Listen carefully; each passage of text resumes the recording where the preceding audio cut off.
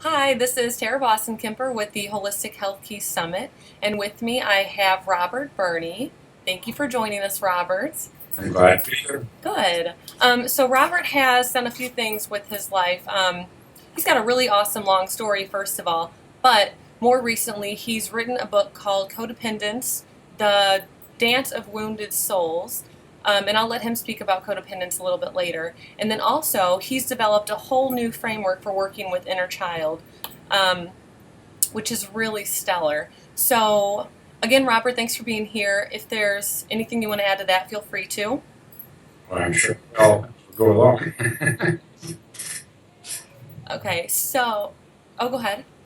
No, I was going to say, yeah, I'll be adding as we go along. Okay, perfect. So, my first question for you then is basically to speak a little bit about your own journey in terms of how you view well-being and how you got to that place. Well, I'm a recovering alcoholic and addict, Okay, and so I've been clean and sober since January 3rd, 1984. that's awesome. And so it's 30 and a half years, which is amazing. But Yeah, that's amazing. so I got sober, and then I had to start figuring out how to live, because that's why I was drinking for, because I didn't know how to live. Right. So I had to start figuring out how to live, and I started, working at the 12-step program to learn how to not drink. But I actually count my codependency recovery as starting on June 3rd, 1986. So I just had an anniversary here last week. Congratulations. Happy anniversary. Thank you. Thank you. That was a day when I changed a codependent pattern I had, and then I went home and started writing to try to figure out why I was doing what I was doing. Okay.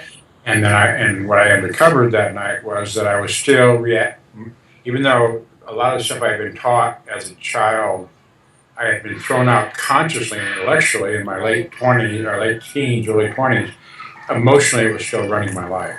Yes. And when I saw that, I said, "This is horrible. I don't want to live this way anymore." And I made a commitment to do whatever I could to change that, to find out how to change that. Okay, that's awesome.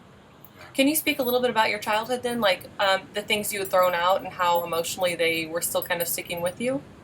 Well, I come from what I call an all-American family, Yes. kind of a Rockwell, Norman Rockwell kind of a family. I mean, I grew up on a farm in the Midwest, and Yeah. my father was perfectly what he was trained to be, which is John Wayne.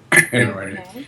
his programming was anger is the only appropriate emotion for a man. Oh, that hurts my heart for a minute. It does, yeah. He did had no permission to feel scared or hurt or sad, and never showed me any of those things. Right. And my mother was perfectly what she was trained to be, which is a self-sacrificing martyr with no boundaries and no self-worth. June Cleaver? What? I Yeah, said June kind of. Cleaver? Yeah. Yeah. And so the family looked pretty good. I mean, it was like middle class family and good. We didn't have any. There's no alcoholism or Yeah. overt dysfunction. So I compared my family to other families and thought my family was fine. It was just there was something wrong with me because I always felt like there was something wrong with me. But Right. so when I first got into recovery, first got sober, I thought my family was fine, but I was screwed up. And it was as I was uncovering things that I came to realize that there's not just some dysfunctional families. All families are dysfunctional. Our culture is emotionally dishonest and dysfunctional Yes.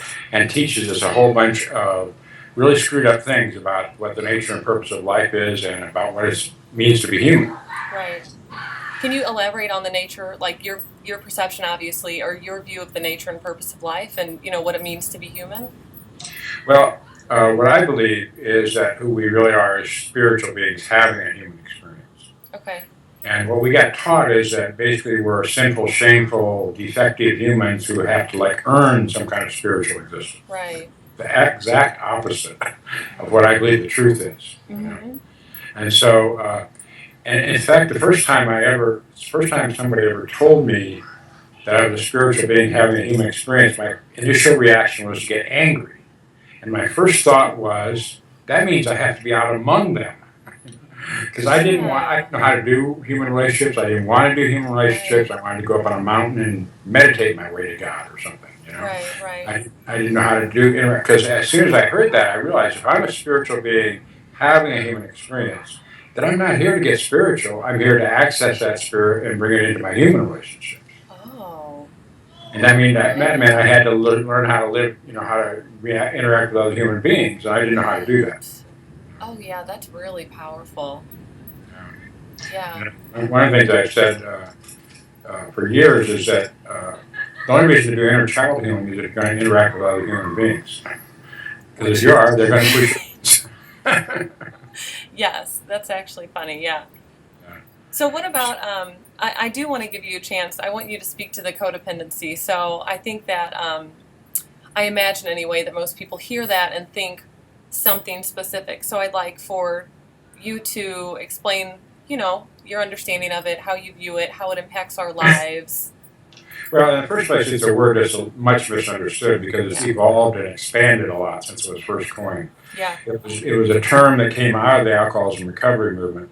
When Alcoholics Anonymous was first started in 1935, it was the first time there was ever an effective treatment for alcoholism. Yeah. Prior to that, and at that time, there were just wings in the mental hospital where they locked up the wet brains.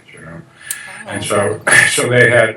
It's the first time there was ever an effective treatment for alcoholism. So it was so successful that by the 1950s, they were setting up alcoholism treatment centers. Okay. And the alcoholism treatment centers were focused on what this Alcoholics Anonymous was focused on, which is getting the alcoholic sober. And they wouldn't really pay much attention to the family members or significant others. But then they started noticing they had some patterns of behavior in common, some similar traits. So they came up with a term for it. And the term was co-alcoholic. And it was really a literal with. Yeah. And the belief was that people around the alcoholic got sick because of the alcoholic's drinking and behavior. And then we hit the 1960s and sex, drugs, and rock and roll, and so by the end of the 60s, early 70s, the federal government was putting money into the treatment centers, but telling them they had to treat addicts also. So they had to change the name of the treatment centers from alcoholic treatment centers to chemical dependency treatment centers. Okay. So co-alcoholics became codependents. Yeah. And it was still pretty much a literal dependent, that the people got sick because of the alcoholic or addict. Yeah. But by the late 70s, there was research being going on in different fields. One was in terms of studying children who'd grown up in alcoholic families to see how much it affected them. Another was in terms of the family systems dynamics, and they were the first people that started using the term dysfunctional families. Okay. And the first of what came to be the inner child healing books were coming out about the same time. And so by the mid-'80s, books were coming out about codependence as a disease in and of itself. And it wasn't just about people that were, related to, or involved with alcoholics. Because what they're starting to see is that the reason that people were involved with alcoholics the reason they were sick wasn't because they were involved with alcoholics. They were involved with alcoholics because they were sick. Because they were attracted to that because of their childhood experiences. Oh, that's fascinating, yeah. And so what codependence really is, in my understanding, is an ego defense system that is adapted by our egos in early childhood to help us survive. Okay. Because we learned how to relate to ourselves, to life, and other people in early childhood from people who were wounded in their childhoods. Right. And part of what's so important to understand about codependence has to do with the natural child developmental process.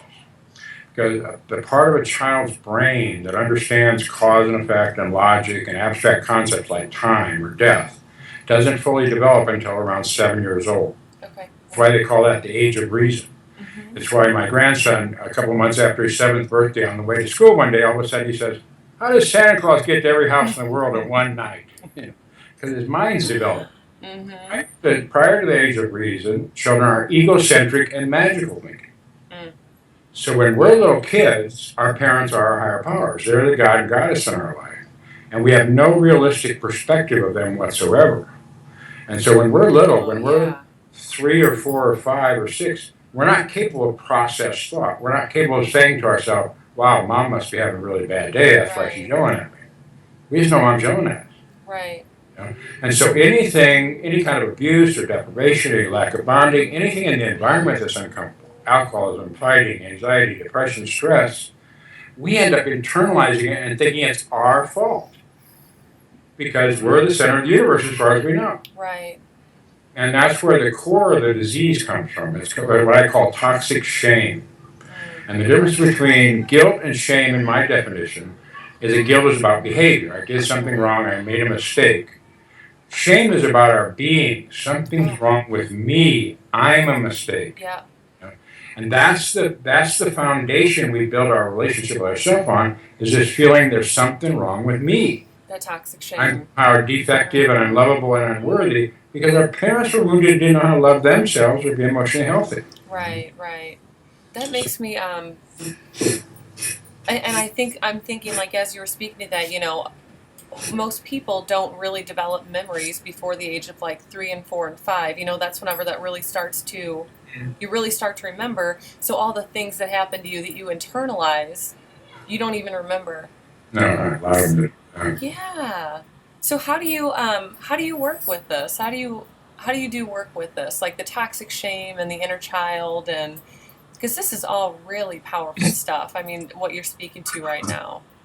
Well, what's so important, we need to work on changing our core relationship with ourselves, because that's where the problem is. The core of our relationship with ourselves, we feel unworthy and unlovable. And so what happens is that our ego, in childhood, our ego adapts an emotional and behavioral defense system. That's what the codependency is. We try to control our behavior and emotions according to the rules of our dysfunctional family so we can survive and fit in. Because one of a child's job is to manipulate its environment. Children are born manipulators, and they do what. Yes.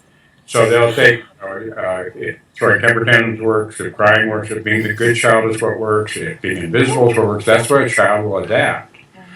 And the neurological researchers nowadays actually say that the neural pathways in our brain that relate to relating to other human beings are pretty well set by the time we're 4 or 5 years old. So in other words, our relationship patterns are pretty set by the time we're 5 years old. How scary is that? That's very scary, yeah. The bad part about it is we don't get taught how to change those neural pathways. In culture, and in my book I talk about how I believe that the more in civilized culture, the more progress civilization made, the more they distance themselves from nature, natural law, the more dysfunctional it got. Yes, absolutely, yes. In Aboriginal societies that respected nature and natural law, like the Native American, when a child got to adolescence, they had training and initiation rites to teach them how to be an adult. We got sent to junior high school. Right. Torture. It's horrible. Yes, it's torture, absolutely. So we never got taught how to change those neural pathways. Yeah. And so, and the ego isn't a bad thing or a negative thing in and of itself. We just got programmed really badly. Yeah, yeah. The dysfunctional programming started with fairy tales that taught us when we meet our prince or princess, we're going to live happily ever after. Right. Isn't the way it works. Yes, not at all. I used to call it the frog princess syndrome. I felt like I was an ugly frog and needed a princess to turn me into a prince. Well, if I think I have to have that other person in my life to be okay, then what I do is end up trying to control that other person. And that's not love. Not at all. And then, of course, the fairy tales were followed up by the books and the movies and the songs that taught me that, like what love is I can't smile without you, I can't live without you, you are my everything. And that's not love either, that's an addiction. That's making the other person our drug of choice or our power. So we were really set up to not know how to do romantic relationships in a healthy way. But we were also just set up for life by the fairy tales because of the whole happily ever after thing. Right. We got the message that there was a destination to reach, and when we get there, everything's going to be okay. Yeah. And life doesn't work that way. And what is there? Like this arbitrary kind of thing, like, yeah. The thing is, we don't feel comfortable here in our own skins right now, and we think we have to get there to be okay. And it doesn't work. Right. Because even if we get there, it's not going to make us feel the way we want us to make us feel, because we're trying to fill a whole inside of us with something from the outside. Right. And so when we get there, we just have to find another there to go after. But we're always, I realized I lived my life like it was a dress rehearsal for when my life was really going to start, when I got the relationship or the money or the success. And so that's the way we spend most of our life, is not being present now because we're trying to figure out how to get there. Right. And focused on there, and it doesn't work. That's one of the core dynamics of codependency, is what I call destination thinking. Yeah. All caught up in the future and missing out on today. And life isn't about reaching destination. Life's a journey. We want to start enjoying the journey more. Right. And having that human experience. Yeah. Being Yeah. present and being human. Yeah. Yeah. But part of the problem, we got the message, part of what's important to realize in this is that traditional family values in our culture is patriarchal supremacy with children and women treated like property. Yes. We come out of a tradition of children should be seen and not heard, spare the rod and spoil the child. One of the first books I ever read that had anything to do with inner child healing was a book called The Drama of the Gifted Child. Oh my God, I love that book. Oh, By I love that book. a German author named Alice Miller. And it's actually a pretty thick, dense book, and I never got through it. It's heady. Yeah, it was hard to read. Yeah. But early on, she said something that really struck me, and she talked about how the German philosophers of the 19th century were the precursors of the modern psychological movement, used to emphasize how important it was in order to control children's behavior to stamp out their exuberance. In other words, you got to break their spirits to make them behave, and that's basically where we came out of in our traditional our culture, Right. And there wasn't even such a thing as healthy parenting classes until like 25, 30 years ago. Children could do whatever they wanted to their kids. A lot of us had things done to us in childhood that our parents would go to jail for today. Yeah. Because children weren't seen as individuals with rights. Yeah. And so it's real important. So we got the message, one of a child's jobs is to explore its environment, to and touch things and taste things and get into things. Right. And a lot of us got shamed and punished for that. We got the message it was shameful and bad to make mistakes, to spill the milk or whatever. That it was shameful and bad to do anything that upset our parents. Yeah. That it was shameful and bad to be emotional. Our parents taught us, most of us really clearly, it was not okay to set boundaries with them. They didn't want to hear it. They didn't want it. Their way or the highway, Yeah. And a lot of us learned it wasn't okay to be sexual. So basically the rules we learned in childhood were that life's a test you can fail, and you can fail it by being an imperfect human being. Right. And we grew up in black and white society where right is what you should do and wrong is bad and shameful. Yes. We weren't taught as little kids to make good choices. This is right and that's wrong. And so the enforcer for the ego in this codependent defense system is what I call the critical parent voice. And this is a programming in our own mind that is from early childhood that's trying to control our behavior and emotions using the same tools that were used on us, which is fear and shame and guilt. And according to the rules we learned in childhood, and according to the, believing that it was, that it was wrong and shameful to be an imperfect human being. Yeah. And so the critical parent voice is judging and shaming us for being imperfect. At the same time, it sends us these messages that cause us to be really afraid of doing it wrong and obsessively try to figure out how to do it right. And it's a really lousy way to live. Yes.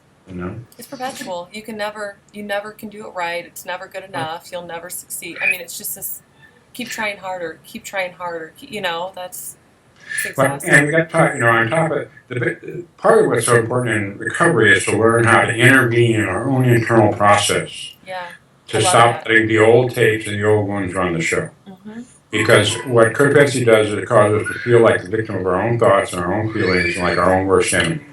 Right. We need to learn how to be our own best friend. Right. And so it's real important to start understanding the dynamics of the disease. And the first dynamic is that destination thinking, the focusing on the future all the time. But then on top of it, we got to taught to look outside for our self-definition and self-worth. To people, places, and things, money, property, and prestige, accomplishments, popularity, relationships. Right. And traditionally, women were taught to be codependent, that is, take their self-definition and self-worth from their relationship with men, including taking their name from men. Whereas men were taught to be codependent on their work, on bringing home the bacon, on being the supplier. The breadwinner, yes. Also taught to be emotionally shut down, and that anger was the only emotion that was okay to feel. Yeah. So a woman, in order to be successful, had to have a successful relationship with a man who was emotionally unavailable and focused on his work. I mean, what a setup! Right. Yeah. That sounds horrible. Yeah, and part of one of the negative effects of the feminist movement, everything is both good news and bad news. Yeah. Right? But one of the negative effects of the feminist movement is a lot of women now think they have to be perfect in both their relationships and their work in order to be okay. So it's a double setup. Right. But we got taught to look outside for our self-definition and self-worth, not only to the people, place, and things stuff, but also to the external manifestations of our own being, like looks and talent and intelligence. Yeah. And all those outside or external things are they potentially or ultimately temporary. They're You often take it away. Yes. And when we base how we feel about ourselves on something that gets subject to change, which everything is, our whole world can fall apart. Yeah, that's exactly right. And so part of what I learned to do in my recovery is make a distinction, draw a boundary for myself between what I call ego strength and true self-worth. And the ego strength is about the outside or external things. And there's nothing wrong with any of them. There's nothing wrong with being smart or good-looking or rich or successful. It's when we think that's what gives us worth that we're being codependent. Codependent, my definition, is outer or external dependent to feel good about ourselves. Okay. And I think that it more accurately could be described as worshiping false gods or being too attached to the illusion. Okay, yeah, I like that. Yeah. I like that term, yeah. Where our true worth comes from is our spiritual essence. That we're spiritual beings having a human experience. We're connected to the source. We're children of God or God, part of the Great Spirit, however you want to say it. But we have worth because we're connected to the oneness of everything, not anything temporary outside of us or external. And it's the exact opposite of what we were talking about. 180 degrees the opposite. Yeah. And so it's real important to start knowing that we have worth. All human beings have worth inherently because we're connected to the oneness of everything. Because codependence is all based on is a defense system based on trying to keep hidden the fact that we're shameful and unworthy, and it's a lie. It's really screwed up. I need you to say that again, I think, because that's really powerful. Well, codependence is a defense system that's set up to try to keep hidden the fact that we're shameful and unworthy, and it's a lie. Yeah. It's all based on a lie, And it's based on this false programming about who we are and how to define ourselves and find our worth. Right. And part of what's so important with this stuff is we need to start counter-programming to the old tapes and the old wounds. Yeah. Because our emotions are a really important part of who we are. Yes. Our emotions are what tell us who we are, but we all got taught to have a really screwed up relationship with our own emotions in childhood. And it's really important to recognize that some of our emotions are telling us the truth and some of them aren't. The feelings that we're having, the emotional reactions, the emotional buttons that get pushed that cause us to reactivate, to trigger childhood wounds, what we're feeling when that happens is what the child felt then, not what's appropriate for an adult of our age and knowledge and experience to feel in this particular situation today. Okay. So when we're triggered in an old wound, we're not being present in the moment, and we're not relating to it out of our present day level of consciousness. But the trouble is, when it gets triggered, it feels like our total reality. Oh, it feels real. Absolutely, it does. Yeah. It is real. Yes. It's that the emotions are actual energy that manifests in our body, and it's real, but it doesn't necessarily have anything to do with truth or fact. Right. Yes. So that's where we have to start counter-programming. 12-step recovery has some real good little sayings that are real helpful, and a couple of them are: fake it till you make it, or act as if. I had to start acting as if I was lovable and worthy, even though it didn't feel like it. Oh, okay. I like that a lot. Start telling myself there was an unconditionally loving higher power, even though it felt like God was some kind of a sadistic SOB who was punishing me personally. Right. And so I had to start counter-programming to those negative reactions to start changing my relationship with myself and mine. Yeah. And not only were we taught to look outside to determine our worth, we were taught to do it in comparison. If you had better grades, you had better grades then, if you're better looking then, if you're a better athlete then. Yeah. And so growing up in a codependent culture, what we learned is that self-worth is a competitive issue. Yeah. Which means in order to feel good about myself, I have to have other people I look down on. So here still doesn't feel okay, but at least it's better than them. Yeah. Right? I'll be okay until I get there. It's a really crappy way to live. It is. That's absolutely right. Yeah. The reason we don't love our neighbor ourselves, we never got taught how to love ourselves. Right. And now we're asked to love our neighbor? Like, that's not going to work. Yes.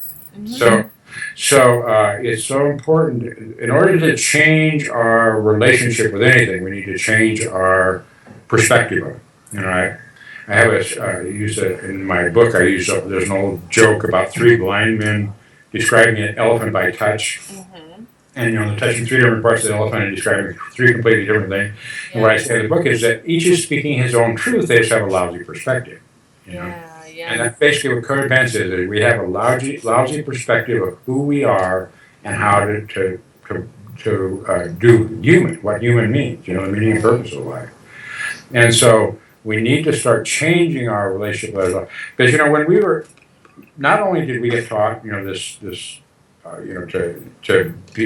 judge ourselves for being human and to all the dysfunctional programming we got, but we're also taught to keep up appearances. Our parents were usually more afraid of what the neighbors thought about them because of our behavior than they were of what our behavior was, because they didn't know enough to even know what caused our behavior. And so they were worried. They wanted their ego was all wrapped up in how they related to us and wanted us to look good, so they would look good. And so that's part of what's important to realize is the way our parents treated us in childhood wasn't personal. They couldn't see us as separate individuals, different from them. They saw us as extensions of them. And so I had spent most of my life up till to the time I started working on this stuff, feeling like my deepest, thoughts and feelings were shameful and bad, and I had to keep hidden from other people. But then when I felt bad, I compared how I felt inside to how the other people looked on the outside. Oh my gosh! Yes. If they knew something I didn't know, oh, look at that happy couple. Why can't I have a relationship? Yes, and then you're doing it wrong. So it must be me. I'm doing everything wrong. I can't. It just comes back to that. And what I need to realize is they're all keeping up appearances too. Right. But he got taught to be emotionally dishonest and manipulative in childhood. Like the old song about games people play, never saying what they mean, never meaning what they say, And that's how society works. Nobody talks about what's real. They gossip and they talk about politics and sports and whatever, but they don't talk about what's real because they don't know, Right. And so what's so important is to really start, and when we were kids, we had to focus on them. They were the big people and we were the little people. And if we come from a family that had fighting or alcoholism or some overt dysfunction, then a lot of times we became hyper vigilant in trying to read them, because a lot of times we didn't know it was safe to come home into the house after school, in some families. And so we focused on them. We went to school, we focused on them, trying to figure out how to fit in there. We just grew up focusing outside and never seeing ourselves clearly because we're looking at ourselves through this filter of shame and judgment for being imperfect. And so as long as we weren't seeing ourselves clearly, we weren't seeing other people clearly, we weren't seeing life clearly. Right. And so in order to change how we relate to everything, we need to change our perspective of it. So the key step in doing that is to develop a detached, objective observer perspective or witness perspective. Yep, I like that. Okay. Yeah. Except the problem with that is we already have a witness perspective, but it's a critical parent voice. It's like the negative play-by-play announcer in our life. They tell us that's stupid, and what are you doing that for? And that was, And I used to just think that's how I thought. I didn't realize everyone has a critical parent voice. Oh, so then you feel totally isolated, like I'm doing everything wrong still because I'm the only one who thinks this about myself. Right. Yes. Wow. And so it's real important to start developing. It was real important for me to realize that programming is not part of my true self. It's not part of who I truly am. It's not telling me the truth, and I need to stop buying into it. Learn how to stop giving it power. Right. And one of the things I always ask people when I start talking about the observer perspective is whether they've done any Eastern meditation practices or any of the New Age kind of things where they talk about the observer perspective. Yeah. And I think, oh, did you doggy? Oh, did you? That's he's aboard the train right now. He's observing. He is observing. We should take note from the dogs, right? Yeah. So the thing about the Eastern meditation practices, they teach an observer perspective, but it's a passive observer, where you observe your thoughts and your feelings, but you don't actually change anything. Oh, yeah. Okay. Some people actually use meditation as a form of antidepressant to stay disassociated from feelings.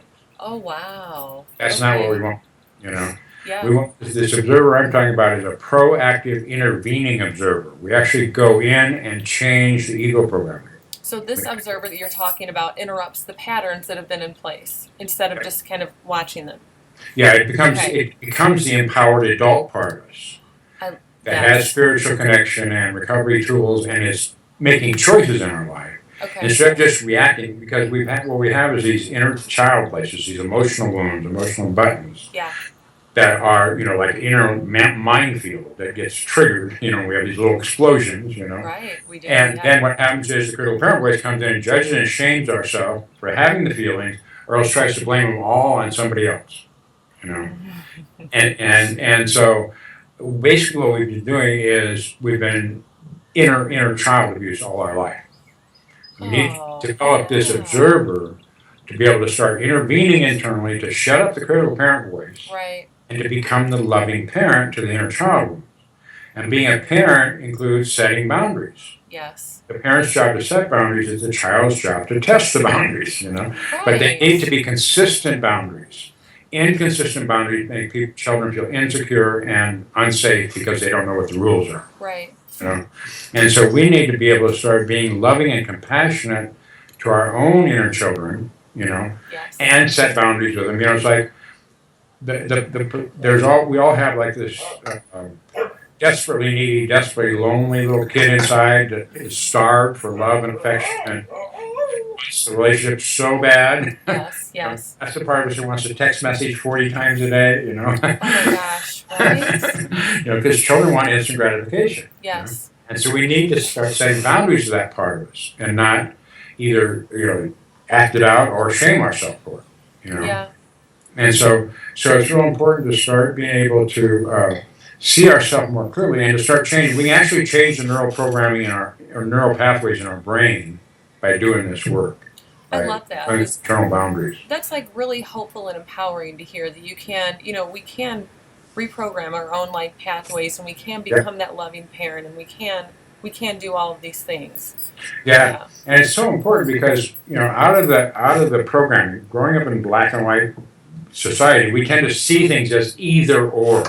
Yeah. We react to extremes. We underreact or we overreact. Right. Real common pattern is we underreact, step it down, and so it builds up so much pressure, then we explode and we overreact.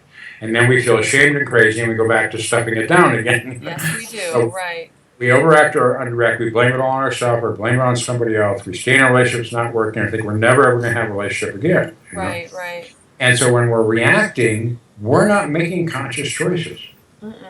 Somebody who's not in a relationship because they've been hurt in relationships and they don't know how to do a relationship, that's not a choice, that's a reaction. Yes. In my book, I use the example of if you never knew how to say no, if you never knew it was okay to say no, then you never really said yes. It's a real dependent thing to say yes to things we don't want to say yes to and then feel resentful and victimized. Oh my gosh. Yes, you are so preaching to the choir right now. That was for me, to be able to say no and set my own boundaries was a huge growth experience. It was a concept that was like so foreign when I even first heard it, boundaries, what's that? What's a boundary? No, I don't have those. I don't need them. Yeah. And so it's so important to realize that we've just been reacting. When I was in early recovery, I used to call responsibility the R word, because to me it was a dirty word. Because I was responsible for everybody and everything. I thought responsibility was a word that had like chains hanging off it. Yeah. And so, but then I saw it written differently. It was actually in the medicine cards. I don't know if you're familiar with them, but they had written it differently, and it was written as the ability to respond. And that's why I realized in recovery I needed to learn to stop reacting and start having the ability to respond and make conscious choices. Yeah. And part of what's so important is to start, like I say in my book, is to start seeing the numbers 2 through 9 instead of thinking the choice is just 1 or 10. Yes, the shades of gray, they exist. Yeah, it's not just that's where life really happens, is in the gray area, not in the black and white. Yeah, there is no black and white. That's fake. I mean, they exist, but it's not just those two. Like you say, it's not just this binary. It's this whole spectrum of color that we, we're, what's the word, programmed to kind of ignore. Mm-hmm. Yeah. Because there's more safety and security in black and white. If I think I'm right and everybody else is wrong, there's more safety and security in that. Yeah. And in the gray area, it's like there's choices to make. Yeah. I love that I think you're speaking. I love Michael Beckwith too. I think he's fabulous. And you said something that reminded me of him, that, choice is a function, reactions are a function of ignorance, and choice is a function of awareness. That when we don't know, we just react, that we make these unconscious reactions. And when we finally know and we have knowledge and insight into ourselves, I think most importantly, that we make these conscious choices. I love that. I love that so much. And it's so important to own that we have choices, because Yes.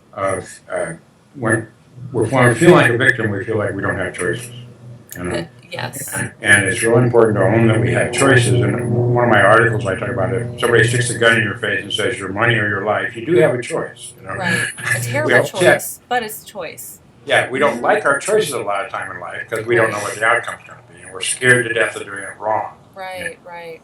But it's really important to own that we do have choices.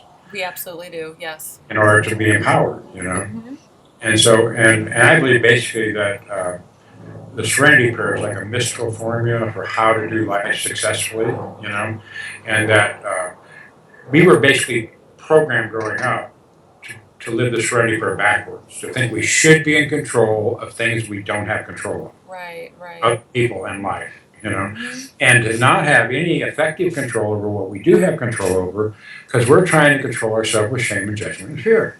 Right. And when we're shaming ourselves, what happens is eventually the rebel in us rebels against that. That's when we do what I call my book, The Battle Cry of Codependence, which is I'll show you, I'll get me. You hurt me, then I do something to hurt myself, because I go to one of my old tools for nurturing myself and going unconscious, like or drugs or food or sex or whatever, And so you hurt me and then I hurt myself, trying to nurture myself, Right. Right. And so was so important for me to realize that what I don't have control over is almost everything. Yes. The thing I always have some control over is my attitude towards the things I don't have control over. I love that. That really, we think, I have control of my life. No, you don't. Like, you have control of the way that you make choices. Like, you make choices in your life, and that's your control. We basically have control over our own attitudes and our own behaviors. Yeah, that's basically We're it. having choices because we've got all this programming that we're reacting out of that we don't even know is there. It's like, because we all learned it was shameful to be wrong, so many times in relationships it turns into a power struggle about who's right and who's wrong. Right. That's not even the right question, Right, right. The questions we need to start asking is, why am I reacting that way? How old am I feeling when that happens? Oh my gosh. Yes. Anytime there's a problem in a relationship, it's actually because the interaction of the inner child wounds of the two people. So it's just so important to start, like one of the things we need to do is change. We need to own that we have the power to change our beliefs and our definitions. Right. And like the definition that I learned of a romantic relationship growing up doesn't work. That whole, addiction thing doesn't work, Yeah. And we're actually taught to be victims of love, like it's some like camouflaged hole in the sidewalk we actually stepped in. Oh, I can't help it, I love him. I can't help it, I love her, Instead of owning that it's a choice to love, And so we really need to own that we have choices and take responsibility for those choices instead of being the victim of, we're so set up to feel like the victim of love, and then people die over it, Oh my gosh, you are so right. I'm thinking of, we expect to get hit by this thunderbolt or this lightning strike and feel totally and passionately in love, and then when that feeling fades, because it does, then we are left with like, this is it, like, this isn't it, like I'm supposed to feel excited all the time when actually falling in love is actually a form of temporary insanity. Right? it's based like on fantasy and fairy tale. Yes. And then once it's done, it is a choice. Being in love is a choice, and you. It actually didn't have much to do with actually loving the person, feeling in love with them. Yeah. I actually believe, in a long-term relationship, you can fall in love and out of love and in love, and as long as you're working through stuff, you go through different periods. I totally think like the ebb and flow of a relationship. It does. It has its highs and lows. That's totally realistic. I love that. But it isn't happily ever after, when we get to it together, and so the other thing is so important. most of us, we have this, like I said, desperately needy, desperately lonely child inside. And so we want it so bad that we ignore all the red lights and warning signs. Right. And we're not paying attention. One of my clients years ago said she realized that, she put it really well, she realized that with men all her life, she was coming from the place of like she was auditioning. You know, does he like me? Does he like me? Does he like me? And never stopped to ask if she liked him. Right, right. And so we need to, like pay attention and be the auditioner. And it says, this person got, is they worth my time and energy instead of just coming from that needy little child, And part of the way the dynamics of codependency work is that because of the way we were wounded in childhood, we have this radar that causes us to be attracted to people who will recreate who feel familiar. Oh my gosh. Feel familiar because they're going to recreate our childhood emotional dynamics we have with our parents. Yep. So we have radar that causes us to be attracted to the very people that will repeat our wounds for us. It's so important for me to realize if I met somebody that felt like my soulmate, I better watch out. Yes. Oh my gosh, yeah. That we perpetuate our own cycles because we have these early childhood experiences and oh my gosh, yes, absolutely. Yeah. Yeah, because it's definitely traumatic because we're traumatized in childhood, and then the defenses our ego adapts to protect us cause us to re-traumatize ourselves as adults and keep repeating the same wounds over and over again. And then, the people who fill our voids are really the ones that will help to, will leave or somehow help in creating them again. That we set that up, but yeah. So what's important is to see it in a spiritual context and realize that's an opportunity for growth. Yeah. People come into our life to push our buttons so we can get in touch with them and heal them. But not to make us a hat into a hole or to get us happily ever after, And so that's why, I had to change my definition of romantic relationship into what a romantic relationship is an opportunity for growth. Yes. And then, like my latest book on romantic relationship it's romantic relationships, the greatest arena for spiritual and emotional growth, because that's what romantic relationships are. Yeah. Yeah, they really are. Mm-hmm. And so what's so important is to pick somebody who's also looking at their wounds. Mm-hmm. Because if somebody's not looking at their own issues, then they're going to get into that place where they're right and you're wrong, and they're going to blame you. Yeah. Because they're not willing to look at their side of the street. Yeah. And we need to look at those subconscious buried attitudes and beliefs and the wounds in order to start owning our side of the street and taking responsibility for it instead of blaming it on somebody else.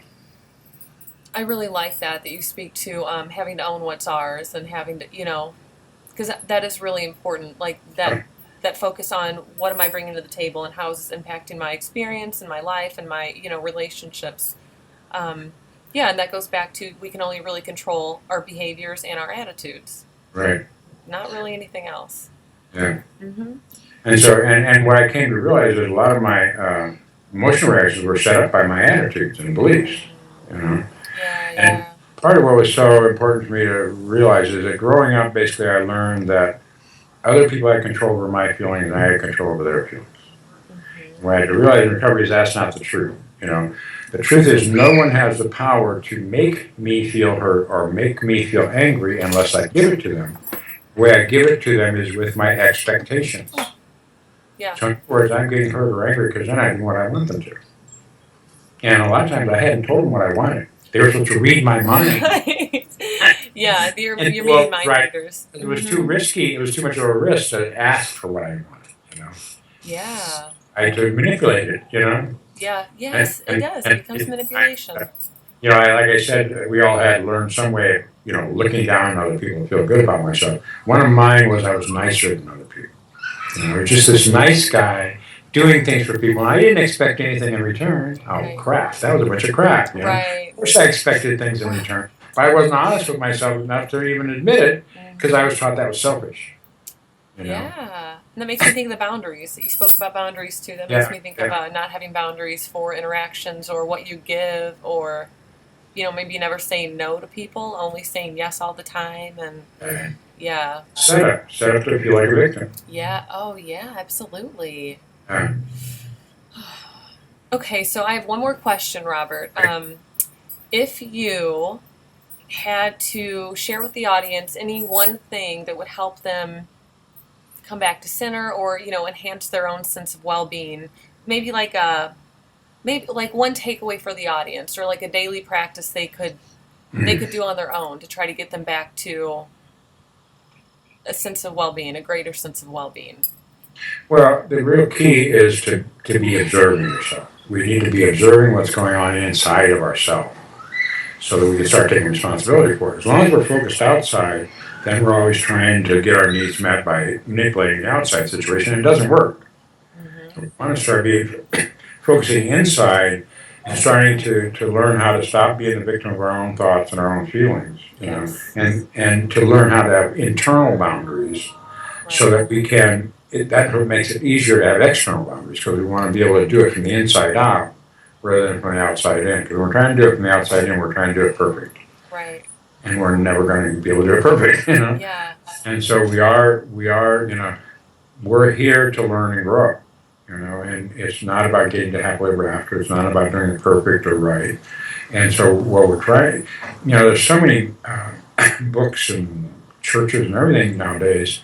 They're telling people they need to learn to love themselves, but they don't really tell them how to do it, And the thing is, you can't think yourself to loving yourself. You have to change how you're relating to yourself. Yeah. And so that involves, setting the internal boundaries and stop setting ourselves up to feel like the victim of ourselves. Yeah. And our own wounds. Because what codependence does is it causes patterns and issues, and then causes us to turn around and judge and shame ourselves for having the patterns and issues. Yes. Which is... It's nasty stuff. Yes. Only way to stop it is to bring some love into it. Right. And that's love for ourselves, by some compassion for ourselves, and knowing we were just little kids. It wasn't our fault. Right. It wasn't because there was something wrong with us. Yeah. Mm-hmm. And there's power in knowing. Like, once you know, okay, like, now you can do different. Yeah. We have to be aware of it before we can change it. Yeah, and there's no sense in beating ourselves up. That's not helpful by any means. So that's what we learned to do growing up, is judge ourselves for not being perfect. Right. And the truth is, we're never going to be perfect, but we are perfect in the spirit. Right. We're never going to be human perfect. Yeah, I don't even think, that would be different for everybody anyway. There's no such thing as clearly no such thing as perfect, that it's all an illusion. It's all... An adventure, it's all part of the adventure, Yeah. Okay. Well, Robert, what was the name of the book that you said that you recently published? The latest one was Romantic Relationships, the Greatest Arena for Spiritual and Emotional Growth. Okay. Where can people access that? Or where can people... Either through my website, which is joy2meu, JOY2MEU.com, or they can get it through Amazon or Barnes & Noble. Okay, fabulous. Well, this has been wonderful. This has been a wonderful conversation, and I hope you got to share a lot of what you wanted to. So thank you, Robert, for joining us. Thank you to everybody for listening, and I hope you got as much out of this as I did. And this is, again, I'm Tara Vossen-Kemper, and this is the Holistic Health Key Summit, and I will see you on the next interview. Thank you.